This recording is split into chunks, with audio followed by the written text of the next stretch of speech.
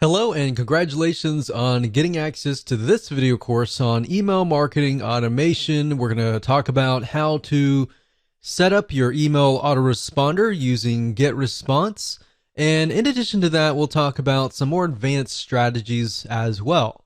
So this is video number one, which is the introduction. And what I want to do is talk about mindset, because having the right mindset is crucial before you actually jump in and begin to build your list and use this system to essentially build a relationship with your prospects. And of course, in addition to that, with the intent of course, getting them to open your emails, getting them to click your emails, and then, of course, get them to buy or take whatever action that you are trying to get them to take. Now, as far as mindset goes, you want to think quality over quantity, meaning instead of trying to reach everybody, instead of trying to get 1,000 people onto your list, don't worry about the big list. Be concerned more about attracting the right person. So at the end of the day, you want to make sure that you build a list of people who have the problems, who want the solutions that you're providing. Now let's talk about what you need. Obviously, you're going to need to have a autoresponder account, and we're going to be using GetResponse. So if you want to go to getresponse.com and create an account, you can do that, and we'll be walking you through step by step. You need to have a product or service to sell, or an affiliate product. So either it's going to be your own product, or it's going to be somebody else's product. But either case, you're going to need to have an end goal. You also want to have access to an email autoresponder series. In other words, a bunch of emails that are sequenced from day one, day two, or however you want to set it up to build that relationship, to warm people up, essentially. Now, don't worry if you don't have one right now. You'll actually learn how to create one that converts and gets high open rates and high click-through rates. So here's a quick overview of what's inside this video course so you know exactly what to expect. And that way, when you're able to piece everything together, you're going to be able to implement it at a faster rate. So obviously, this is video number one. Video number two, we're going to talk about what's your end goal. And the reason why this is important is because if you don't have an end goal, you don't know exactly what you're trying to achieve, then you're not going to be able to build the list correctly, right?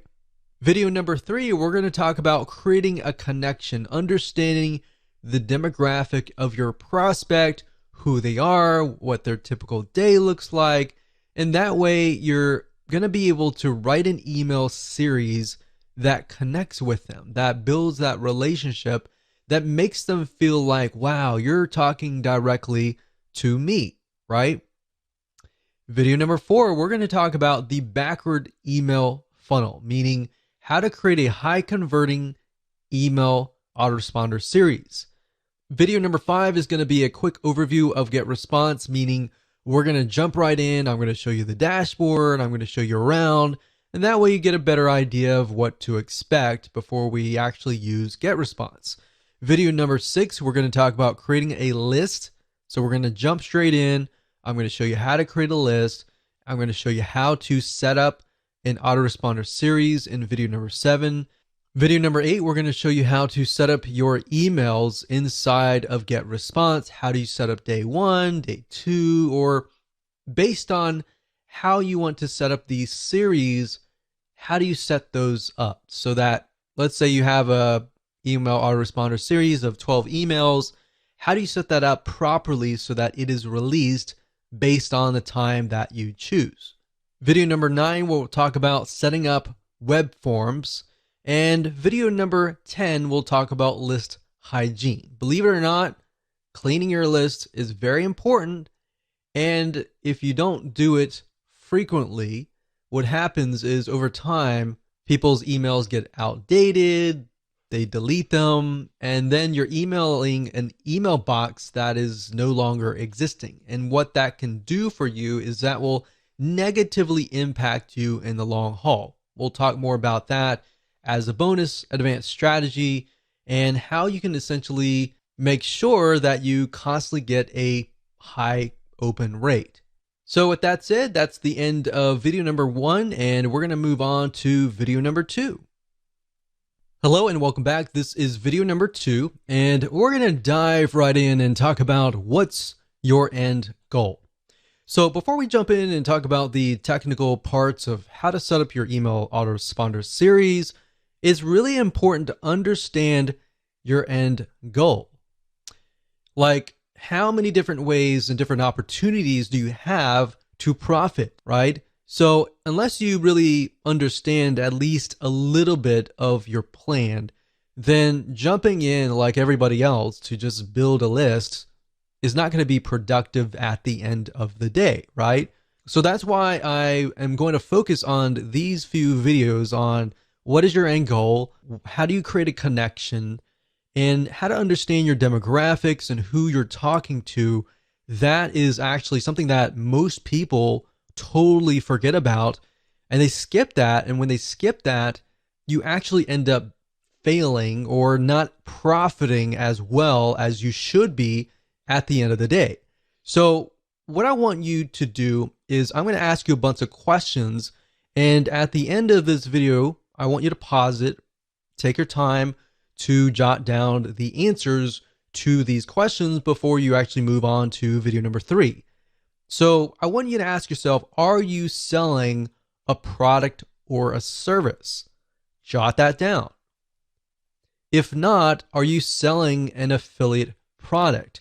Now, if you're selling a product, obviously you could sell an affiliate product in the long run or vice versa. You really just want to get an idea of what your end goal is now, and what your future end goals could look like is fine. And the reason why I ask you to write this down is because if you're selling your own product, you can do a few things like build a relationship, and there's a few more things that you could easily do, like brand yourself, provide more value, and there's a different way of doing it, basically.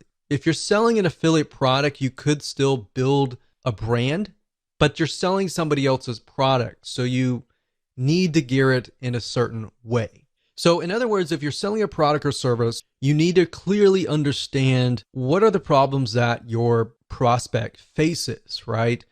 And give them tips and pointers along the way, and build a relationship with them, gain their trust so that they're interested in your product or service.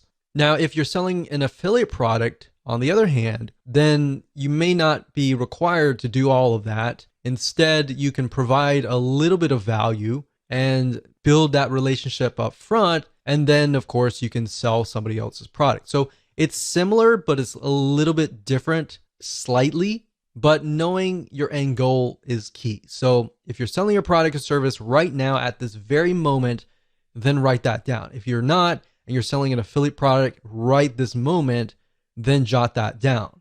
All right. The third question I want to ask you is, why are you trying to build this list? You might answer, well, of course, I'm trying to make money. I'm trying to build a list. I'm trying to print money. And that's everybody's goal. But I want specifics. I want you to write down, why are you trying to build this list? I want to make more sales for XYZ product. I want to help more people who are facing this particular problem. In fact, jot that down. I want to help more people who are in this very specific niche, in this very specific demographic. I want to help more people like me. Jot that down, because then you can use that later in your email autoresponder series. So beyond the intention of just making money, what is the real reason behind wanting to build a list? Or in other words, you could rephrase it as, what are you trying to achieve? So if you have somebody that you're passionate about helping, envision that person in front of you and think about, why are you trying to help them, right? What are they facing? And this kind of goes into video number 3, and we'll talk more about that. But if you think about, why are you trying to achieve them? What are you trying to achieve in this whole project of creating this list, or this journey of creating this list? What do you want people to feel like? Do you want people to feel like they trust you, that, or you want people to laugh? Do you want people to feel sad, feel happy? What do you want them to feel like as you're building that relationship? Now you might ask, why would I want somebody to feel sad? Well, if you're trying to gradually build up to that point of trying to sell them, you want to focus on their pain. Not necessarily your goal is to make them sad, but your goal is to find their pain and to show them that you understand their pain. You understand where they're coming from, right? And from that point, how do you heal them? How do you help them? How do you solve their pain? All right. So that's what you want to do, and jot that down. So what I'm trying to get at is there should be a very specific reason why you're building a list. Building a list just because you're told that it's a great way to print money is not the best reason. In fact, money should come last. Helping people should come first. If you can help 1,000 people, and those thousands of people are truly helped, or you provide them with a solution, even if they were to pay you $10, every single one of them, that would be about $10,000. Now, that doesn't mean that 1,000 people will sign up on your list and all 1,000 people are going to buy from you. My point is, what is that passion? What is that drive that comes first before the money? Because if you focus on that and you focus on helping people solve their problems, believe it or not, you're actually going to build a more successful business compared to the other guy who is just focused on building a big list for the sake of money. Hopefully that makes sense. So these are all very important questions, and you should pause this video right now and write down the answers to them before you move on to the next video, which is video number 3. Okay, so welcome back. This is video number 3, and we're going to dive straight in, and we're going to talk about creating a connection. So you kind of got a sneak peek preview of a little bit about trying to create a connection in the previous video. But before we write out your email autoresponder and of course jump into the technical setup, you really need to understand people's problems, what they face, and what the solutions are. So what I'm going to do in this particular video is to help you figure that out and help you solidify what that really looks like. Because the reality is that before you can even do that, you need to do a bit of research, kind of demographic research, or in other words, what does somebody look like? What does your prospect look like? And understand what somebody's typical day looks like. Now, you might be wondering, why would I ever want to know that kind of detail? That's actually very crucial, because if you understand what happens in their day-to-day, you will understand their frustrations, you will understand their happiness, you'll understand their problems, and you'll understand how to create a connection with them to go beyond just, okay, you're behind the scenes, you're behind the computer kind of thing. You'll create a connection, even though you're worlds apart or countries apart. You will create a connection that will click. And that's the end goal of this particular video. That should be the end goal of your list. So my question to you is, does your prospect within your niche lean heavily towards male or towards female? Or does it equally move towards both male and female? So in other words, in order for it to lean just towards female, is if, let's say, for example, that niche is 90% female, or even 95% female, or even 75%. But even 75%, you're kind of moving towards that 50% so that it's both male and female. But if it's heavily towards males or heavily towards females, 80% above or 90% or above, then you want to jot that down. The next question is, what is your product or service or affiliate program trying to solve? So let's pick a niche. For example, survival niche. That niche tends to lean more towards males.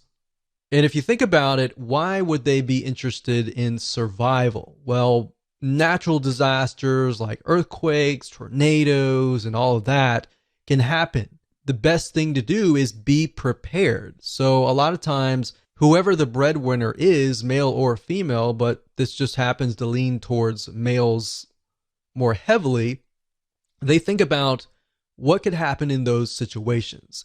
Is my family prepared? Or am I prepared enough to help my family in these dire situations? So if you have a product in that case, then you could essentially build a lead magnet or an email autoresponder series that touches on those pains, those fears, the ones that keep them up at night, knowing whether or not their family is going to be safe in these natural disasters. It doesn't matter if you're selling a product or service or an affiliate program. The whole goal of every single one of these items is to build a relationship first. Then you can sell your product, then you can sell your service, and then of course, then you can sell your affiliate program. So oftentimes you'll find that the best converting email autoresponder series, they tend to build a relationship first rather than selling first. A lot of times if you sell first, you'll actually scare people off or piss people off, and they'll simply go to your competitor. So if you think about these things and what essentially keeps them up at night, jot that down right now. In fact, pause this video and jot that down so that you have a better understanding of what you could potentially talk about in your email autoresponder series. And while yes, it does seem a little bit basic, and while you may have heard this over and over again, and you might be thinking, yeah, whatever, let's get on with it. Really, trust me, this is actually very, very important. And this is something that we didn't really even think about long ago when we built lists, and we couldn't figure out why the lists weren't converting, is because if you start with the problem, the pain, and move on to the solution, you have a better gauge of where people are at and how you can get them to a certain point. But if you build a list to build a list without any sort of plan, without even understanding their problems and pains and all that, you don't really know where, in what stage they are at. Does that make sense? So believe it or not, this is extremely important. You need to jot these solutions down so that people feel connected to you, or else, of course, they'll leave. So with that said, let's move on to video number 4. Hello and welcome to video number 4. We're going to talk about the backward email funnel. Now it's time to start mapping out your email series. So past this video, we'll actually begin to do the technical setup.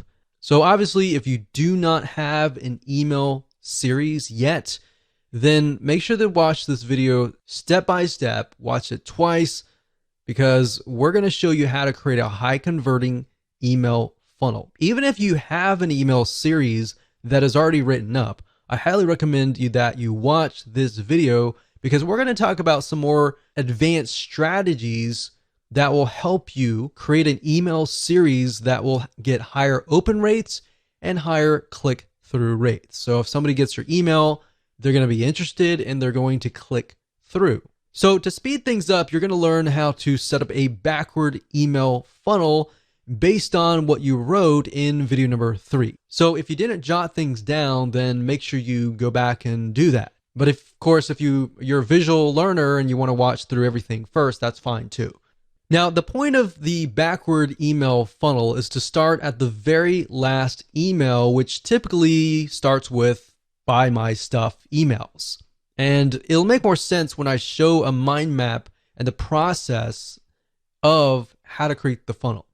Now, the reason why we want to go backwards is because psychologically, when you move forwards, when you write the first welcome email, the second email, and all that, it's actually very hard for the brain to think that way. In fact, if you start at the very last end goal, which is "buy my stuff," you'll begin to think of the missing pieces and how you can fill out. Let's say you have email number 12. You'll figure out email 11, 10, 9, 8, 7, 6, 5, 4, 3, 2, 1.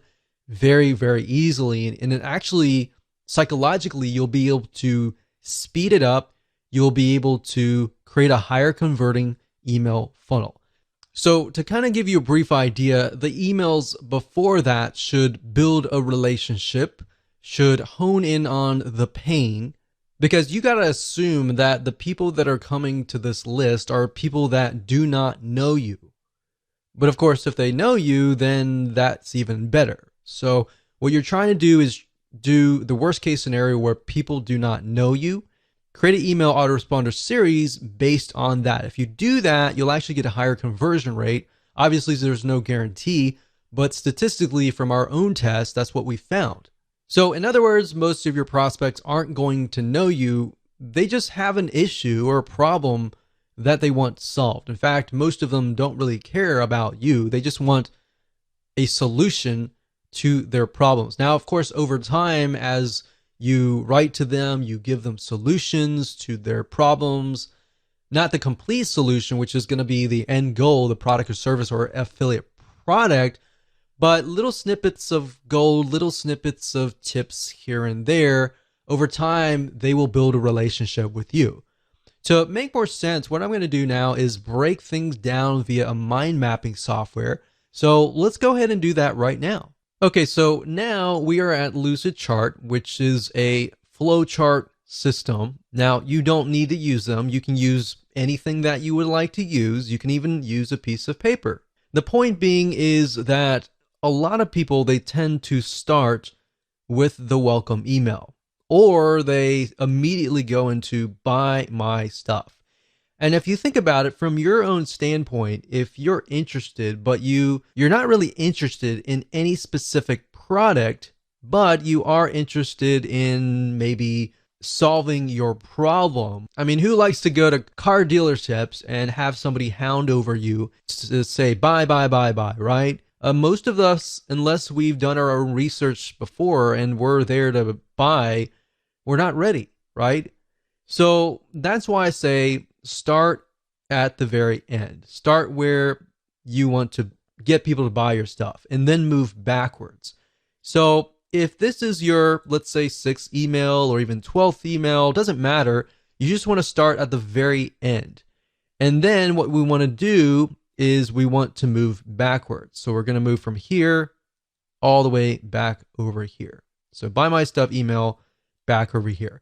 Now you might be thinking, well, what exactly does that look like? So let's take, for example, the example that we talked about earlier about the survival product. So let's say, for example, that we are selling survival kits, maybe meal kits. So what is related to meal kits? So if you think about it, when you have an earthquake or you have a tornado and all the power grid has essentially been disabled and you don't have access to a microwave or anything like that, then how do you survive? So what kind of content could you essentially provide? So if we open up our little nifty notepad here, we could just start brainstorming survival meal kits. Maybe the top 10 ways to create your own survival meals. Now, maybe you want to talk about how to do it, and the whole process is very time consuming, right? So this might appeal to people who have a lot of time on their hands, but for the most part, most of your audience, they're not going to have a lot of time to actually do this. And that's why they're going to buy your survival meal kits, right? So maybe you can talk about top 10 ways to create your own top number 10s, and start with the number 10 and then go to 9, 8, 7, 6, 5, 4, 3, 2, 1 kind of thing. So maybe at the last one you mention that and you say, well, this process is very time consuming. So if you want to skip, if you don't have 40 hours a week or something to create these meal kits, and you don't want to create it, and so if you want to skip that process, and you can start listing why are your meal kits better than everybody else, right? So in that case, you could say, well, they're better because they're freeze dried and they will last longer. So if you were to create it like a DIY, if you were to create it yourself, then maybe it would last like 1 month. But if you come with us, then ours will last like 12 months. So if you're out in the wilderness and you got 12 months, then these foods will last you about 12 months. I would start hitting on pain points, fears, power grid out. So not having power for more than a week. And that's happened. We've seen that in a lot of natural disasters where there's no power and there's literally no food in the grocery stores. And there's like chaos and everything like that. So the point is, how can you take these items here and then insert them into your top 10 ways? So when they sign up for top 10 ways to create your own survival meals, or even top 10 ways to survive in earthquake, then you start naming the top 10. So number 10, it can be, something. Number 9 can be something. And number 1, or you could do like top 5 ways, and then email them 5 emails. And by the 5th email, you've provided so much value that they are going to trust you. And then you can have the survival email kit. So then you can have the buy my stuff emails. So by working backwards, then we can say, okay, this can be top number 1. And then this can be 2, 3, 4, and 5. So we can work that in here. 2, 3, 4. So let's just do 4 just because the screen's so big enough. So top 4 reasons. Now I will say one thing that we've tested out is top 4 and 5 tend to work better. Anything beyond that tends to be a little bit more overwhelming unless you can fit that into other emails. So we found that actually the top 4 ways actually does really well. Top 4 or 5. So by this point, they're definitely going to want to stay to the number 1 way, right? So if you start with number 1 here and move backwards, that's fine if they're all equivalent, but if the biggest and the best way is number 1 here, leave the best for last, and that way they'll actually click through, right? So that's why I say start at this point. Now, if you wanted, you could do that as well, but if you start from this point, you begin to ask yourself, okay, what makes my product different than if you were to do it the manual way? So let's say, for example, that you were selling a piece of software, all right? Same concept. So if we were selling software, for example, a lot of times with software, you want to show the manual process, meaning the time-consuming process. In fact, if you notice, a lot of software companies nowadays are coming out with a lot of free training, free academy training type deals, because what they want to do is they want to show you how to do it for free. But then you realize, I don't want to do all this. I don't have much time in the day. I would rather buy a piece of software and speed the process up. But in order to get you to that point, they need to show you the value, right? In order to that, you need to see the value. So in that light, you could show the manual process. So let's show you a different scenario here. So let's move this down. So this is a totally different scenario here. So let's say, for example, you're selling a piece of software. So you could say, instead of saying top 4, 3, 2, 1, you could talk about the manual process. So this could be in the form of a blueprint, a secret plan, step-by-step plan, a video course. And then you talk about it every single email. Maybe you send them to a 5-minute video, which, by the way, if you do videos, make sure that your videos are short and sweet, especially if they are kind of lead magnet type videos. It's fine if it's a video course that they just purchased, like this one right here, But keep in mind that they have a short attention span. So if you do this, maybe the first thing would be, if this is a blueprint, what I would do is I would do a PDF, like a PDF blueprint. And then you say, in the next coming days or weeks, I'm going to show you step by step how to set things up. So we'll say step 1, step 2, and then step 3. So what you're doing here is you're showing that they need all of these emails in order to create a complete system. If you give everything up front at the first email, they're not going to have a reason to stay, right? So you want to make sure that you have it so that this is a complete system. So if they unsubscribe here, it's going to feel incomplete. Now, if you think closely about a movie, for example, a lot of times our brains don't like incomplete. So if you were to watch a movie and you saw even half of it, in your brain, usually you will think, I want to see the whole thing, right? If I only saw half, I want to see the whole thing. That's why our brains do not like complete. So that's what I'm showing you here. Now, in practical sense, what does that look like? Now, if you start out, welcome to, let's say, survival meal kits. So the first email will be a welcome email. Now, you want to make sure that you connect the emails. So at the end of the first email, and you talk about the top 4 reason or whatever that looks like, then you want to connect that somehow to the top number 3 in that first email. So you want to say something like, P.S.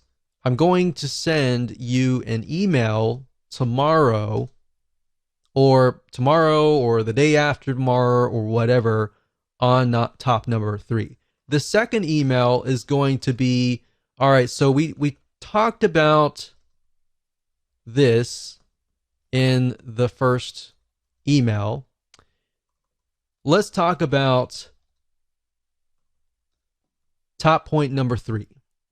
And then, of course, in the PS, you're going to say, I'm going to send you an email in 2 days for top point number 4.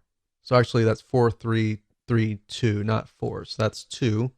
So I don't really need to go on, but the point is you need to connect them. So now that the arrows are going this way, we can actually move the arrows back.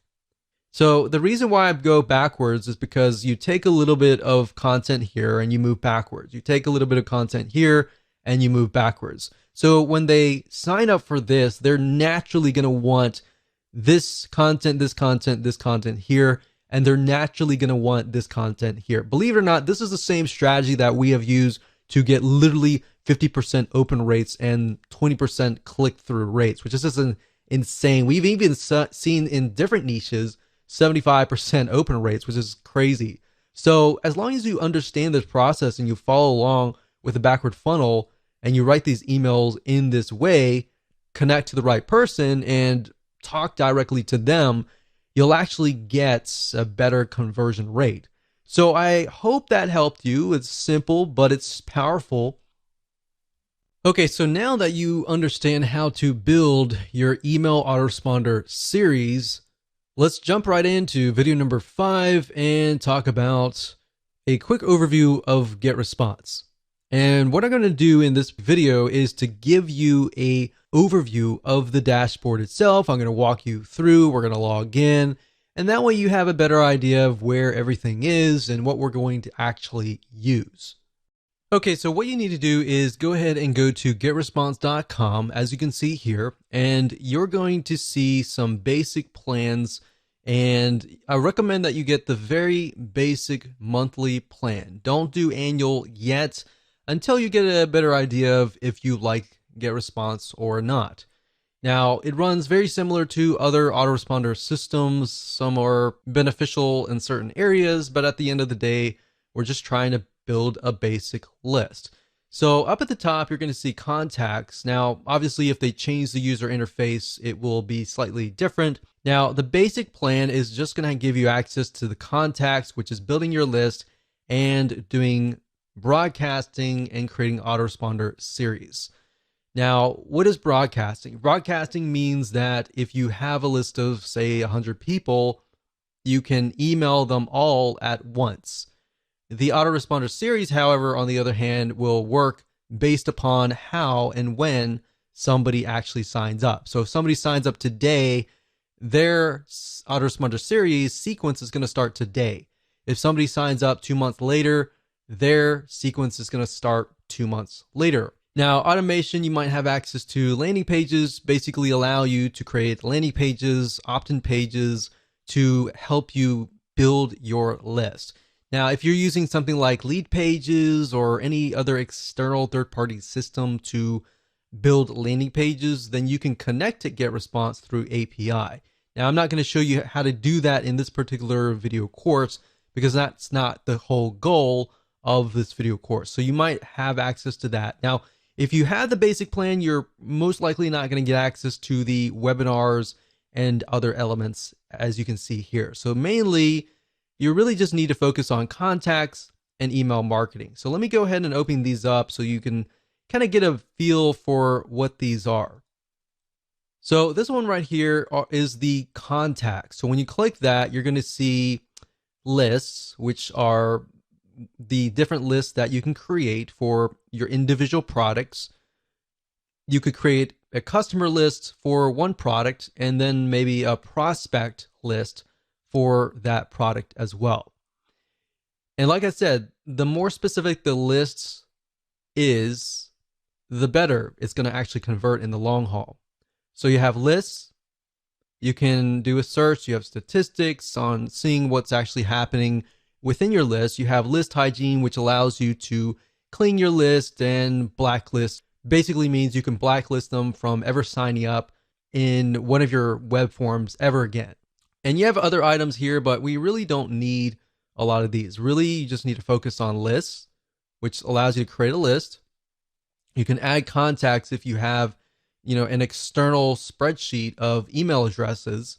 Then we go to email, and under email marketing, you have newsletters, and then you have autoresponders.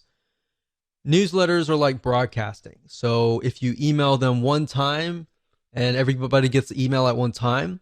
And then autoresponders are, of course, what we're talking about in this course. Drafts are simply emails that you created, but you haven't really sent them out yet. So you can retrieve them at a later date if you want to. And of course, you have RSS to email. We hardly use that in statistics, which you definitely need to use. And of course, if you click on landing pages, you can go here and create landing pages. Now, the items that we're really going to focus on are mainly, like I said, creating a list, like here, and then creating an autoresponder series right here. So with that said, let's move on to the next video. Welcome to video number 6, and we're going to start getting technical, and I'm going to show you how to create a list within GetResponse. And a list is basically the first step. You can think of it like your campaign, and some autoresponder services will actually use campaign as the name of the list. So you'll see list, you'll see campaign, and it's pretty much all the same thing. Now, before we talk about different ways to build your list and different types of opt-ins like single opt-in or double opt-in confirmation lists, and which one is potentially better for you, when you create your lists, a lot of times a question might arise, which is, should you create a different list for every single product that you have? Should you create a different list for every different affiliate product that you're promoting? And the answer for that is this: yes. And the reason why is because when you're creating your list, you want to get as specific as possible. You don't want to have one list that covers 5 different products, because you're not going to know which product is which customer has purchased which product, right? And even if you can segment it further and deeper than that, like let's say somebody has purchased this product, but they also purchased like a one-time offer. Or this other list, you have somebody who purchased product A and did not buy any of the one-time offers. So that way you have a better view of who is actually on that list. And that way you understand exactly what stage they are coming from. Now, what I want to do now is talk about double opt-in versus single opt-in. And this is a very common question that is asked over and over again, and a very, very important question. Now, if you don't know what these are, pay close attention. We're going to talk more about what each of them are. And then, of course, we'll talk about the advantages and disadvantages. So single opt-in means if somebody subscribes to your email list, they go to your landing page, they fill in their name and their email address, and that's it. When they click submit, they get automatically added to your list. Now, here is the problem with that. If they do that, there's no way to prevent them from entering a fake email address. So nowadays, most people are very reluctant on giving out their email address. So therefore, there's a lot of email services out there that give you a disposable email address that only lasts sometimes 10 minutes. Now, the problem with that is that when you get fake subscribers, it will actually hurt you in the long run, especially when you email fake emails. Because at the end, whenever you send out emails, Gmail, AOL, and big companies like that, they'll see that you're sending emails to fake emails, and then, of course, they will think that you're a spammer. So what we found is 3 out of 9 times, or even more, sometimes even a half, most people will enter a fake email.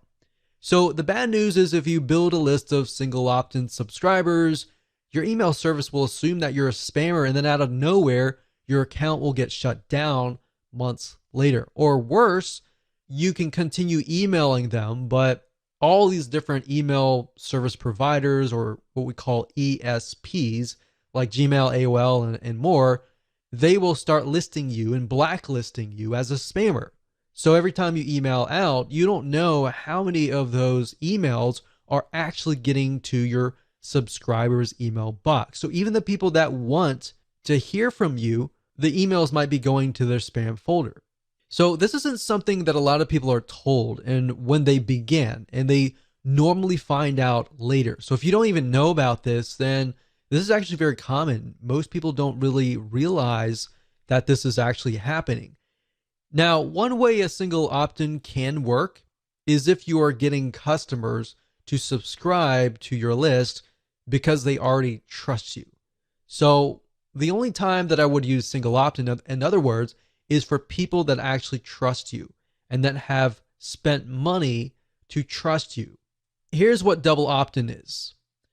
Double opt-in is when somebody signs up, and let's use the example before where they fill in their name and email address on your landing page and they click submit. Now, at this point, they're not going to be added to your list. They're going to be added to a sort of pending list. Now, what they have to do in this case is they have to prove that they are the owner of the email. So what happens is they get sent an email asking them to click a confirmation link.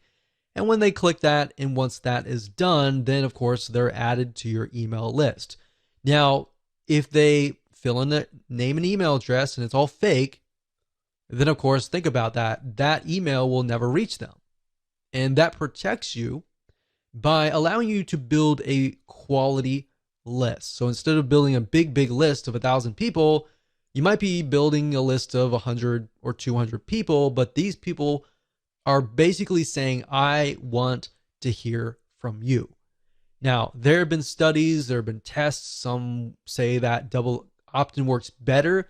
Some say that single opt-in works better. So really, at the end of the day, you're not going to know until you actually test it out. Now, given that double opt-in, if you send about 1,000 people and you get, let's say, for example, a 50% conversion rate, then 500 people may opt in. And if it's a single opt-in, then of course 500 people would be added to your list. But if you do double opt-in, 500 people may opt in, and maybe 100 of those are fake, and maybe you'll only get 300 people to actually confirm their email. But at the end of the day, what we found is double opt-in actually converts better. You're going to get a higher conversion rate, higher open rate, and higher click-through rate That's going to help you as far as dealing with the email service providers like Gmail, AOL, and all these other email service providers. And your reputation will move up. Your emails, when you send them out, are going to land in people's email inboxes. And of course, because you're emailing people that want to hear from you. So that's why we found in our tests that you will actually get a higher rate of opens, a higher click-through rate. So like I said earlier, the downside is if you send 1,000 people to an opt-in list, that's going to be a much lower conversion rate. But at the end of the day, we recommend that you go for quality versus quantity.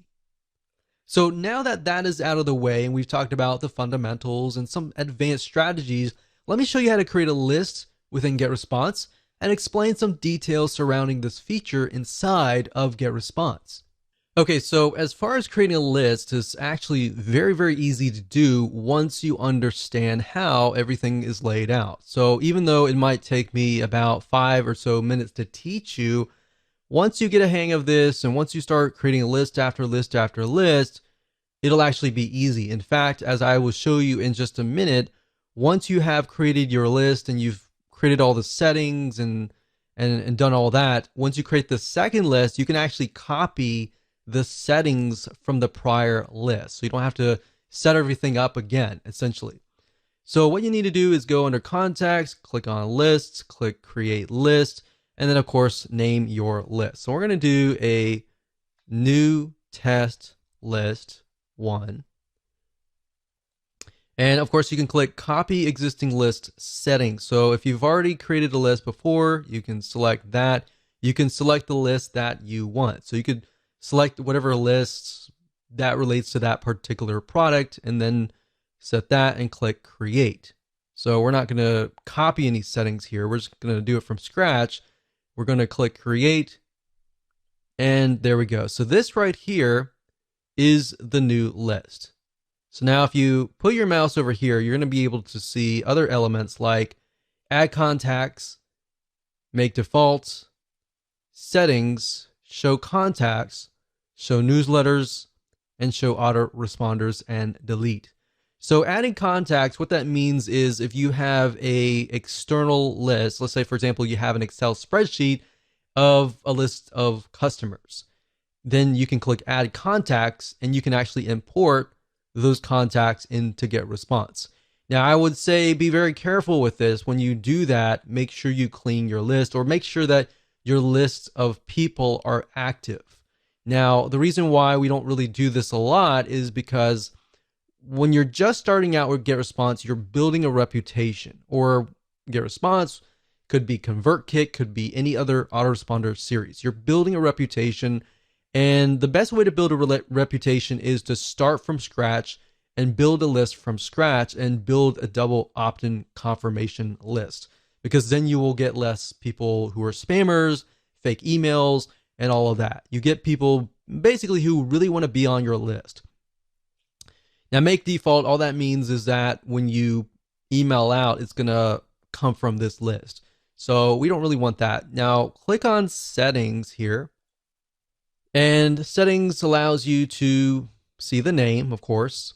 Now, keep in mind that when you use something like Leadpages or any other landing page creator and you connect to the GetResponse API, what's going to happen is you're going to see the list name. So when you connect to GetResponse and you refresh the details and you connect Leadpages, for example, to GetResponse, you're going to see the list name. So you want to make sure that you choose a name that is something that you will remember and that is clear to you. So you want to try to create a naming convention essentially, because you're not going to see the list title or description or any of that. So what you could do in GetResponse, however, is create a list title and description so that if you ever forget what the list name is, then you can always refer back here and figure that out. Now, the next thing is you can choose the category, as you can see here, and of course the language. Now, right below that is going to show the postal address, which is very important. And this address is going to show on all of your emails. So anytime you send out a newsletter broadcast, which is to everybody, or an autoresponder series, they're going to see your mailing address at the very bottom. So if you want to, for example, rent a UPS mailbox or a post box and put that there instead of putting your own private mailing address, that would be highly recommended for you to do. Now, of course, this just allows you to customize the list. You can add your logo and all of that. Now, if we click on subscription up at the top here, you can see that this option will allow you to receive subscription notifications. So basically, every time somebody signs up on your list, you'll receive a notification. Now, this is nice to have in the beginning when you're starting out, so it's kind of like a little motivator. But as time goes on and you start building lists of thousands and thousands of people, you most likely want to select this off. Now, what this here, it says require extra confirmations, double opt-in. What that means is the double opt-in list. Now, if you select this here, what that will do is whenever you create a web form and somebody signs up on that web form, they will be required to obviously confirm that they are real. So we highly recommend that you do that. Now, API subscriptions, what that means is that if you're using a third-party system like Leadpages and you're connecting through API and somebody signs up through there, unless you select this, it won't be double opt-in. If you deselect this, then it'll be single opt-in. So that's the main differences between these two. Now it says preview pages your contacts will see. So this is very standard. Once you understand this, this will be standard throughout other systems. But the confirmation page is a page your contacts see after they confirm sign up. All right.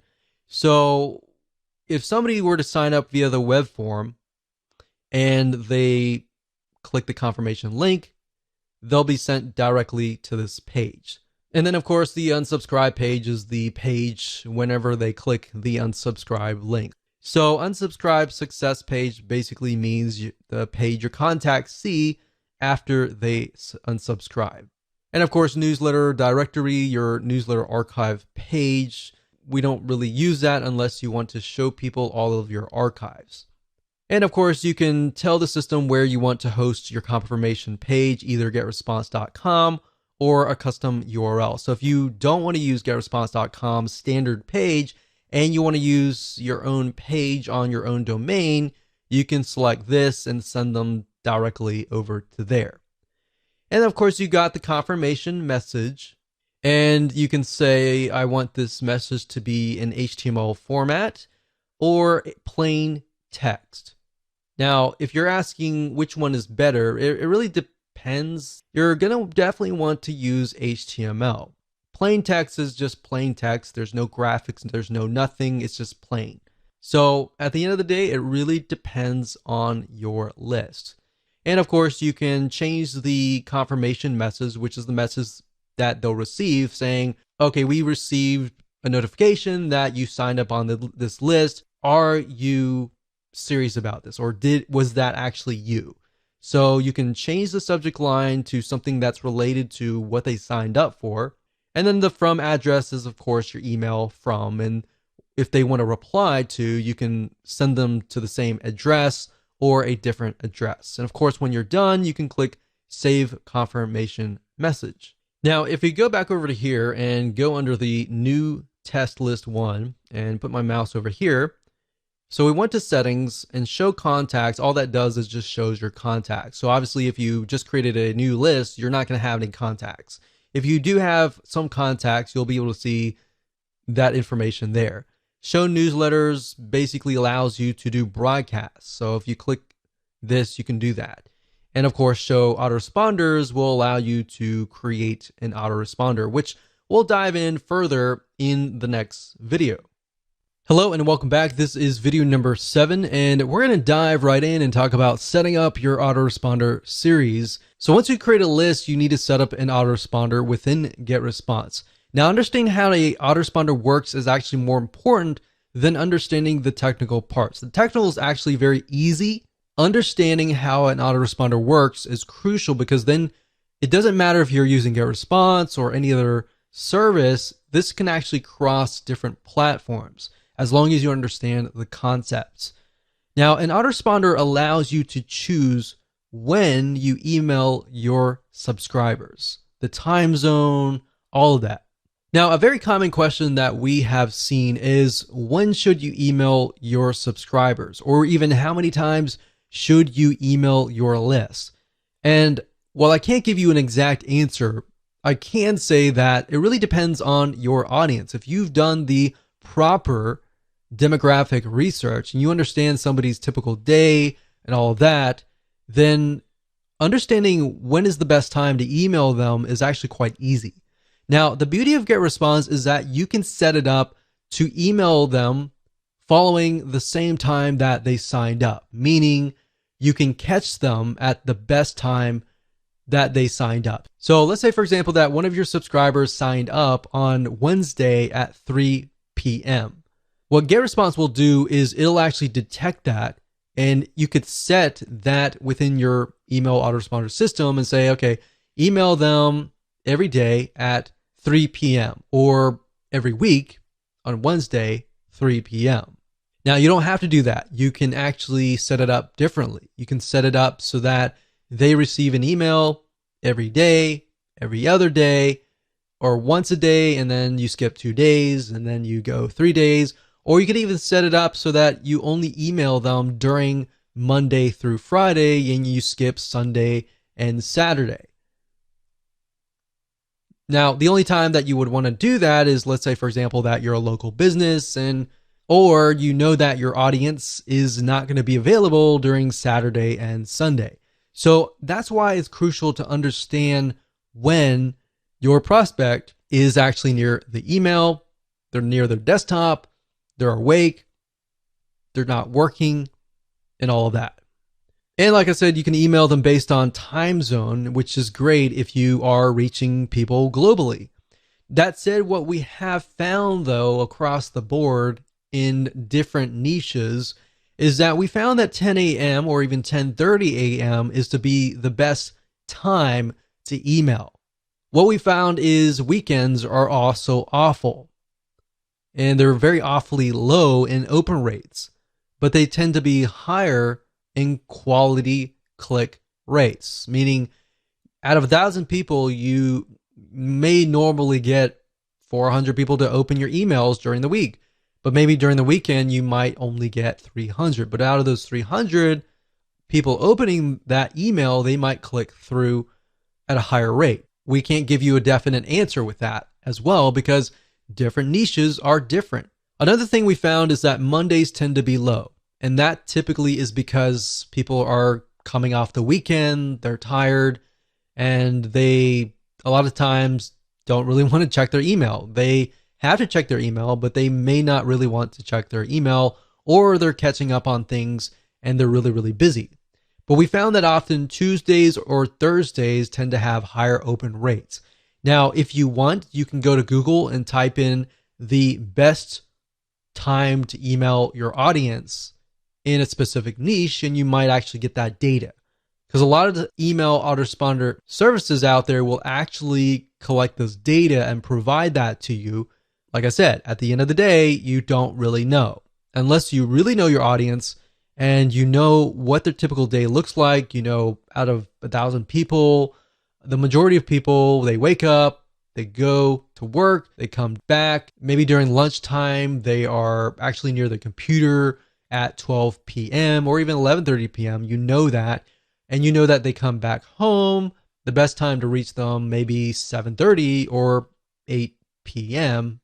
during their time. So that's why understanding their typical day and what that looks like is so crucial. So now that I've covered some basics here, let's jump right in, go to GetResponse, and I'm going to show you how to set up an autoresponder series using the GetResponse system. So there are two different ways to create an autoresponder series. You can either go under email marketing and straight to autoresponders, or you can go the roundabout way if you're at the contact list section and go under contact list, go where we showed you earlier and select show autoresponders. But if you select that, you're essentially going to be sent over here. So it's just easier to go here. But I wanted to show you that just in case you have a better idea on how to navigate GetResponse. So now that we're here, we can click Create New, and we're going to create a new autoresponder. So this was the new tests list 1.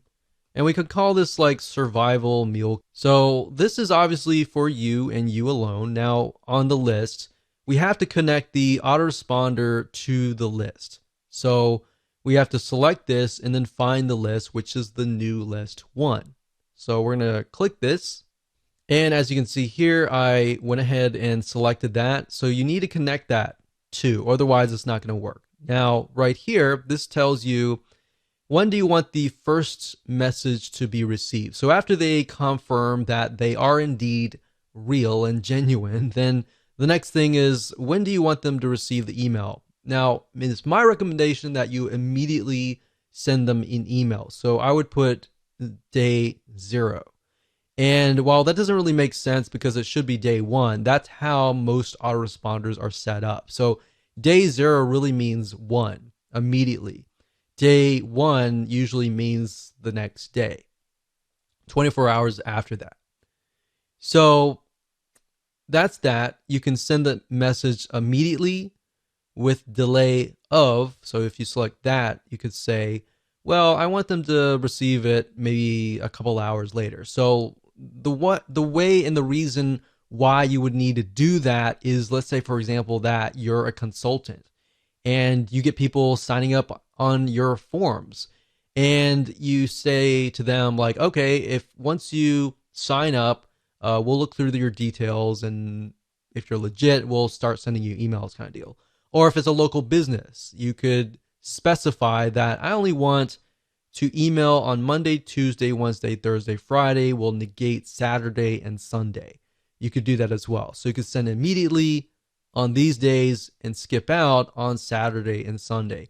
Now, if you're selling info products or software or anything that relies on emailing 24/7 and you don't really want to remove a certain day, you want to make sure that all the checkboxes are chosen. So now what we need to do is we can create the first email. So I'm actually going to dive further into this into the next video, but all you have to do is click Create New Email. And I'll create the first email here, and then we'll show you how to create the other emails in the future videos. But the message name is the name that will appear in the list of your messages. It's not going to be seen from your subscriber's point of view, but it's just there so that you know what that email is. So if we say survival kits email 1, and that's just for us. The subject, of course, will be different. That's something that your subscribers will see. So you definitely don't want to put the message name. So we could say something like, welcome to survival. And then when you're done, you click on next. Now, I don't want to cover too much because we're going to actually show you that in the next video.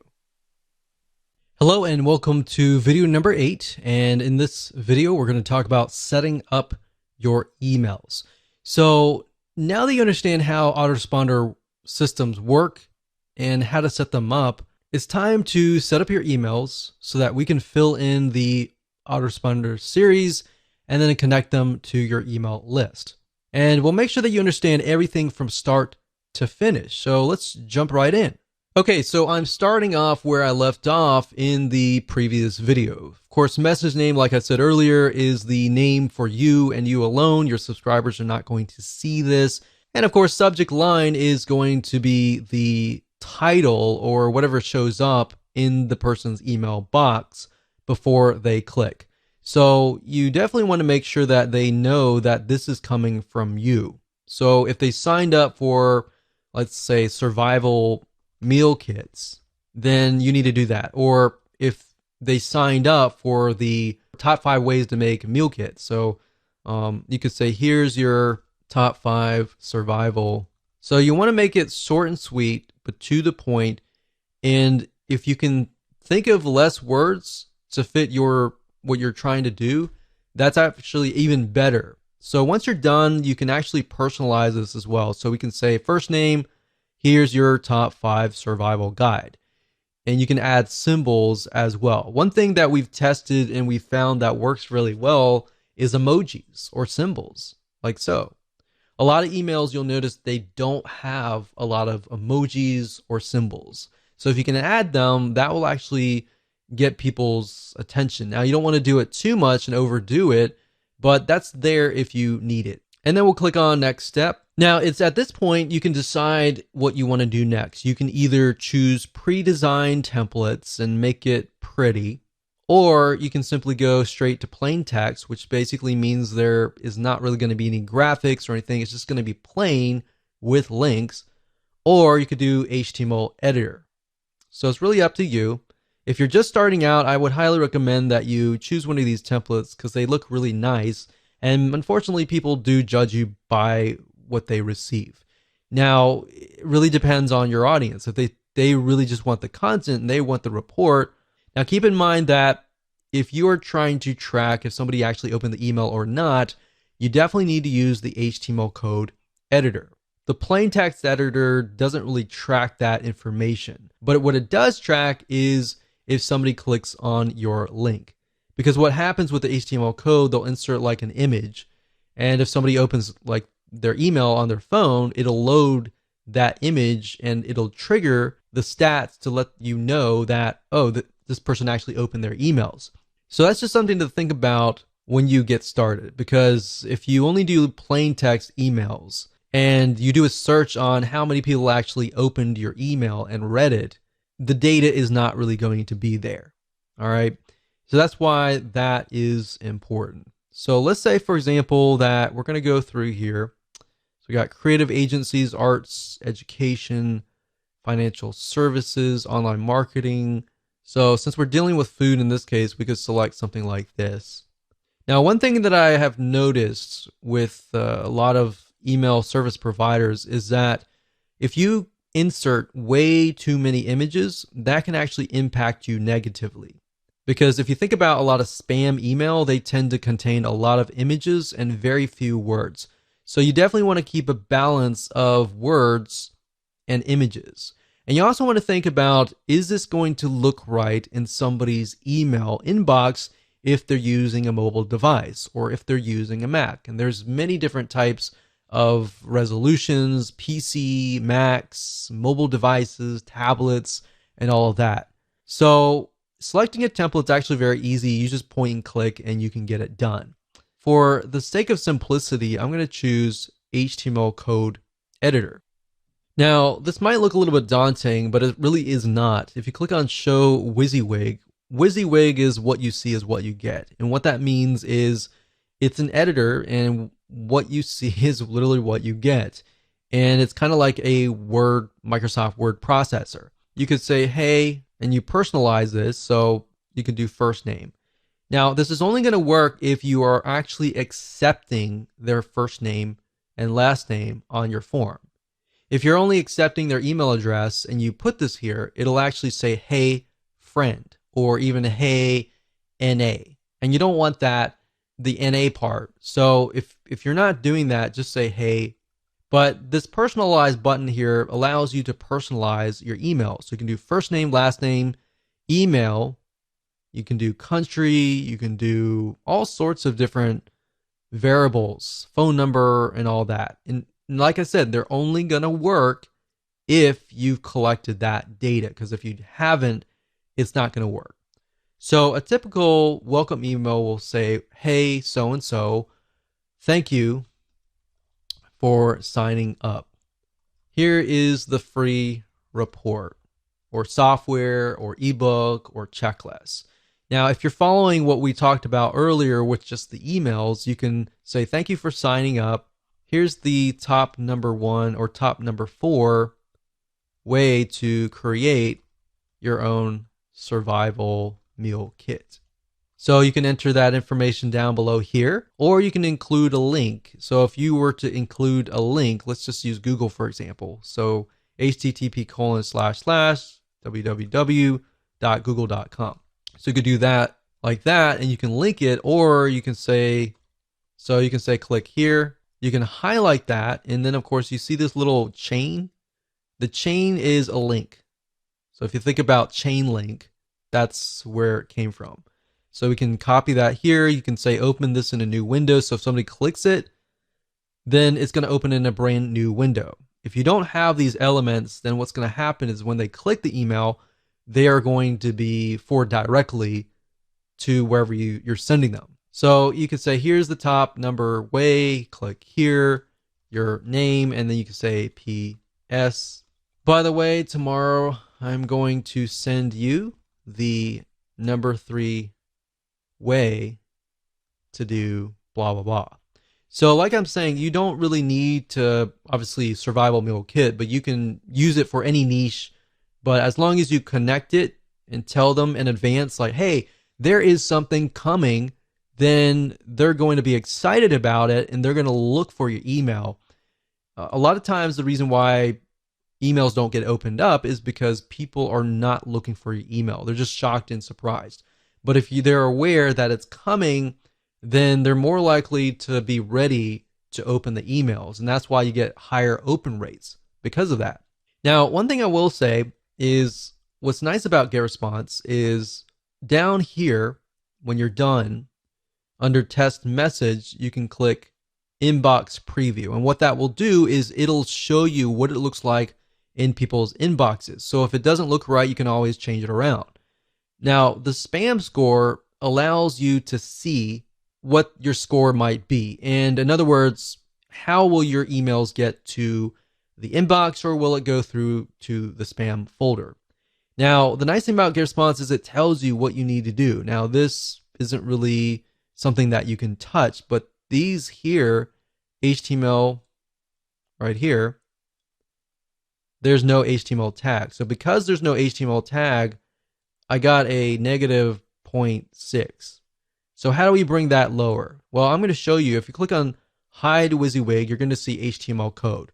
Now, don't make this scare you in any way. I'm going to show you how. So if we zoom in here, if we type in bracket, open bracket, close bracket, HTML, open bracket, close bracket, body, all right, and then we go to the very end, go to the very end here.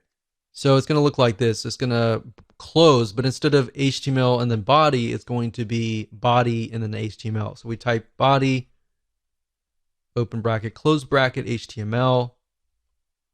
And then the thing that you need to do with the ending tag is a slash. The slash is saying, hey, this is ending, and there. So we've got HTML body, body HTML. You don't need to know what HTML is. You just need to follow that. Add those tags to the before and after, and there you go. So as long as it's not like 4 out of 5 or 5 out of 5, you're good. And that's how to do it. So click next step, and then we look at the autoresponder. Everything looks good, and we can click save and publish. And one thing you could do is up at the top here, when you click this here, you can select the list, which is new test list. And it's going to show you all the email autoresponders in here. So these are all the emails. So if you have a second email, we can add a new one and we can tell it when to send it. So as you can see here, this email is being sent and status is on. Send immediately any day of the week. So if we click on create new and we, let's say, for example, create a new email, and then we can name it. So we'll do survival email 2. And on day 1. So now if you want to do it every day, you can. So you create a new email and then a new email, and it's 0, 1, 2, 3, 4, 5, right? And then 6. But if you want it on, let's say, every other day, so we emailed out on the 0 day, we're going to skip the day 1, and day 2 is when we're going to email out. So it's going to be every other day. And the reason why you wouldn't want to do that is because you want to give people the ability to absorb the information. But if it's really short, straight to the point pieces of content, I wouldn't do every other day. I would just go ahead and start emailing them every single day. So I would do that, do the same process, create a new email, subject line, message name, do the same thing I showed you, and then you'll click save and publish and you're good to go. Now that you have set up your autoresponder system, you can set up your web forms. In other words, web forms are forms that allow you to collect people's emails and their names and get them onto your email list. Now, keep in mind that a lot of you may not need to do this, especially if you're using a landing page creation system like Leadpages or something else that connects to GetResponse or your autoresponder system through API. If you're doing it that way, you're not going to really need to know how to do this. You only need to know how to do this if you're not using those systems. Now, at the same time, if you don't know how to do this and you've never done this before, I would highly recommend that you actually watch this video so that you have a better understanding of how things work, because there will come a time where you may need to set this up. So with that said, let's jump on over to getresponse.com and I'm going to show you how to set up a web form. Okay, so to create a form, all you need to do is go to this forms and surveys. So click on this and you're going to see manage forms. Next thing is click on create form. And then of course you'll have the ability to create a form. So you can either use the list builder wizard, as you can see here. So this is a variety of different forms. You can create newsletter signups, free course signups, different types of purposes too, like leave feedback forms, Facebook forms, blank forms, order forms, and more. So it's not just web forms, there are all sorts of different forms. But for this purpose today, and in this particular video, we're going to focus on sign up forms. So we're going to click on newsletter sign up. And even though this information has like nonprofit organization, it doesn't necessarily mean that you have to use that logo. As long as you see something that you like, you can pick it and you can change the graphics, you can change the background, and of course you can change the text. So if we scroll down and we find something that maybe fits our design of our website in our landing page, let's do something like this. Use this template. So now at this point, if you select the items, you can actually change them. So this is a different logo, so we could change it to our own logo, click image, and of course go through the process of finding either a logo or clicking my images and finding your logo. Now, for the sake of simplicity, I try to keep my web forms very simplistic. The text should say something like, sign up for this free report, free ebook, free checklist, the top 5 ways to create a survival meal kit kind of deal. You have to tell people what exactly that they are getting so that they kind of can visualize what they're going to get on the other side. So keep it simple, straightforward, to the point. Enter the name, email, and then sign up for updates. Now, what I recommend that you do, and this is something that has worked well for us, is to change this into something like send me the report. So that way, psychologically, when they click on that, they're thinking, oh, I want you to send me the report, right? If you just have a submit button and that's it, in reality, your conversions are not going to be as high because it doesn't really tell people what they get. So this tells people what they get, but this tells people that, okay, they're definitely going to get something. So send me the report, send me the checklist, send me the report to my email. So that way, the next step in their mind, psychologically, they're waiting to receive an email, all right? Now, you can test this out. If you only want to collect emails only, you could remove the name here. But if you do that, just keep in mind that when you customize your emails and you personalize them, you can't say, hey, first name, because you don't have their name. So going through here, these are just elements that you can add. And of course, you have the layout and the style. You can change the design, the color, and all of that. When you're done, you click on Save and Publish. And there we go. So we're almost done. And now there are several different options that you have. You can say, I will install the form myself, and it'll give you a script code. So this is JavaScript. You can click copy. And then, of course, you can add that to your landing page, you can add that to your blog. Now, like I said, if you're using lead pages, then you're never really going to have to even go through this process. This process really is only for if you are posting this directly to your blog or anywhere else. You can also say GetResponse will host my form. So what this will give you is a direct link to a URL. So if we go here, when somebody goes straight to that link, they are then of course sent to the opt-in here. I would not recommend that you do this unless it was like a customer or somebody that really trusts you.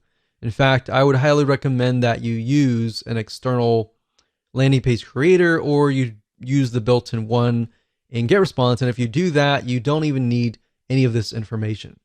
And that's how to create a web form. Hello and welcome to video number 10, and just want to say congratulations, you have reached the end of this video course. This is a bonus advanced strategy that I'm going to teach you that a lot of times you are not taught, and most people don't even realize that this is happening. So kind of going back to what we talked about in single opt-in versus double opt-in. If you create a double opt-in list, you still need to do a little bit of cleaning, but not as much is compared to that of a single opt-in list where you could be getting a bunch of fake emails. So in other words, cleaning your lists consistently and maintaining that every single month. Because like I said, email ISPs like Gmail, AOL, Yahoo, they do care if you have people on your list that are actually active or not. If they're not, that can be an issue. So if you have a list of 1,000 people, and out of that list of 1,000 people, you have 100 people on there that are fake, that will actually hurt your email deliverability. So even if you have 900 people on there that are not fake, because the ESP or email service provider sees you as a spammer, they may not allow those 900 emails to even get to your legitimate subscribers, if that makes sense. So how do you go about doing that by using GetResponse? So what I'm going to do now is let's hop on over to getresponse.com, and I'm going to show you step by step how to clean your list. Okay, so there are two different ways to do list hygiene. And one of the ways is by simply going to getresponse.com, logging into your account, going under contacts, and then of course you will see list hygiene. If you go here, you'll see delete contacts or blacklist. If you click on blacklist, this will allow you to enter email addresses of people that you want to blacklist across your whole account. So to do that, what you can do is go to blacklist, click global blacklist for my account. And what that will do is it'll remove them totally from all of your lists, meaning anytime somebody tries to sign up again, they won't be able to sign up. Now, obviously, they could get around that by entering a fake email if you had single opt-in turned on, or they could use a fake email address even if you're using double opt-in as well. So this only protects you to a certain degree, and this works actually really well in a lot of non-technical niches, especially. But if you are in a more technical niche like marketing or business or computers or programming, then this here can help you to a degree, but only to a certain degree.